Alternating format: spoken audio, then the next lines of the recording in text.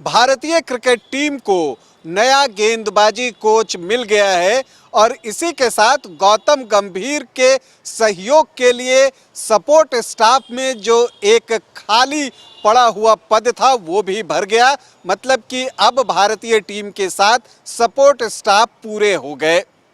आपको बता दूं कि जो नए गेंदबाजी कोच बनाए गए हैं उनका ताल्लुक दक्षिण अफ्रीका से है। वो दक्षिण अफ्रीका के पूर्व तेज गेंदबाज हैं और अंतर्राष्ट्रीय क्रिकेट में उनका अच्छा खासा अनुभव रहा है और उन्होंने अंतर्राष्ट्रीय क्रिकेट में 544 विकेट भी लिए हैं। तो इतने अनुभवी गेंदबाज को भारतीय टीम का बॉलिंग कोच नियुक्त किया गया है और उनका नाम है मॉर्ने मार्केल। तो मॉर्ने मार्केल भारतीय क्रिकेट टीम के नए गेंदबाजी कोच होंगे। तो आज आपको बताऊंगा कि मॉर्ने मार्केल को ही भारत के बॉलिंग कोच के रूप में क्यों नियुक्त किया गया, उन्हें क्यों जगह दी गई।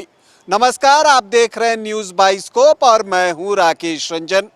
टीम इंडिया के बॉलिंग कोच के रूप में दक्षिण अफ्रीका के पूर्व तेज गेंदबाज मॉर्ने मार्केल का चयन किया गया है और अब वो भारतीय टीम के गेंदबाजी कोच होंगे। वो पारस महाम्बरे की जगह लेने के लिए पूरी तरह से तैयार हैं और अगले महीने एनसीए जाएंगे और अपना कार्यभार संभालेंगे। वैसे आपको बता दूं कि बांग्लादेश के खिलाफ 19 सितंबर से 2 टेस्ट मैचों की सीरीज होनी है और उसी के साथ उनका कार्यकाल भी शुरू हो जाएगा।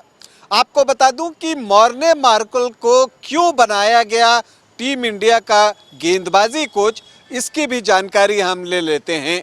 देखिए, जो खबरें थी उसके अनुसार जो है विनय कुमार और लक्ष्मीपति बालाजी का भी नाम चल रहा था, लेकिन जब चुनने की बारी आई तो दक्षिण अफ्रीका के पूर्व तेज गेंदबाज मॉर्ने मार्केल को ही चुना गया बॉलिंग कोच के रूप में। तो इसकी जो पहली वजह है वो ये है कि मॉर्ने मार्केल जो है वो गौतम गंभीर की पसंद थे। देखिए, क्रिकेट सलाहकार समिति मुख्य कोच का जो चयन होता है उसके लिए जिम्मेदार है और उसकी प्रक्रिया को वो पूरा करती है, लेकिन उसके बाद जब आप उनके असिस्टेंट के रूप में उनकी सहायता करने के लिए जब अन्य कोचेस को देखते हैं तो वहाँ पर जो मुख्य कोच होते हैं उनकी बात भी सुनी जाती है और ध्यान देकर सुनी जाती है। तो चूंकि मॉर्ने मार्केल गौतम गंभीर की पसंद थे तो उन्हें जो है गेंदबाजी कोच बनाया गया है। ये तो हो गई पहली वजह।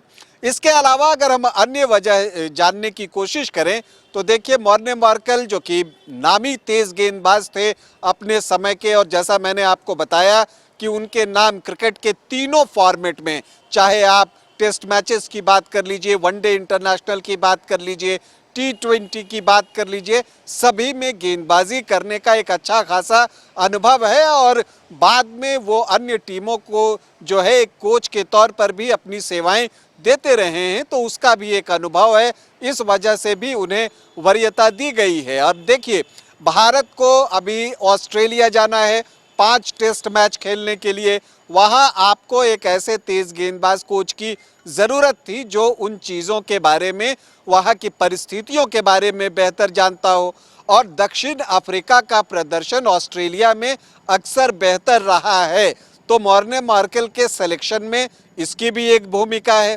उसके बाद भारतीय टीम को अगले साल इंग्लैंड के दौरे पर भी टेस्ट सीरीज़ खेलनी है, तो इसके लिए भी मॉर्ने मार्केल जो हैं वो मुफीद होंगे, वो भारतीय तेज गेंदबाजों को अच्छे से गाइड कर पाएंगे। इसके अलावा अगर भारतीय टीम वर्ल्ड टेस्ट चैंपियनशिप के फाइनल में पहुंचती है तो इंग्लैंड में एक अतिरिक्त टेस्ट भी उसे खेलना पड़ सकता है। तो ये भी एक वजह है मॉर्ने मार्केल के गेंदबाजी कोच के रूप में चयन के लिए।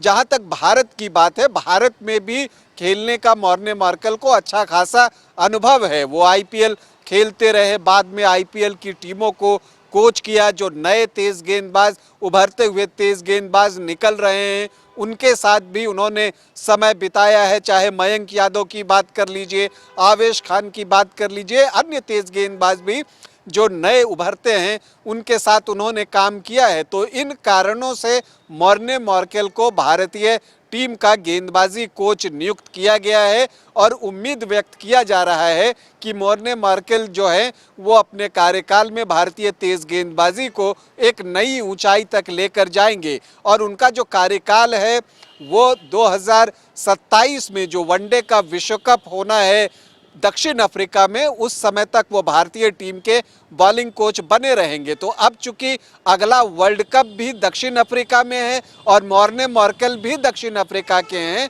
तो वहाँ की पिचेस के बारे में, वहाँ किस तरह की गेंदबाजी की जानी चाहिए, इस बारे में वो भारतीय तेज गेंदबाजों की सहायता अच्छे ढंग से कर सकते हैं।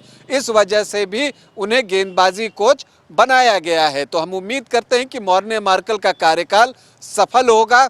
हम उन्हें उनके भविष्य के लिए ढेरों शुभकामनाएं देते हैं। अभी आपसे अनुमति चाहेंगे, इजाज़त दें, नमस्कार।